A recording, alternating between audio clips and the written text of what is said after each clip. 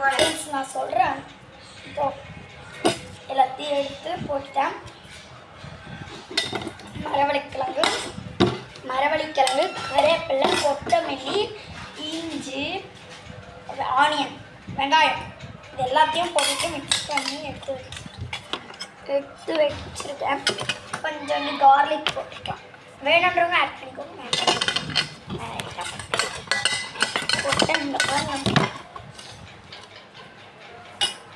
தாழ்த்தி மட்டும் இந்த மாதிரி ட்ரை பண்ண பாருங்க. மரவள்ளிக்கிழங்கு சூப்பராக இருக்கும். சரியா? பாய்.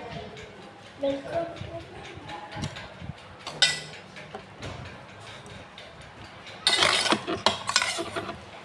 கொஞ்சமாக டேஸ்ட்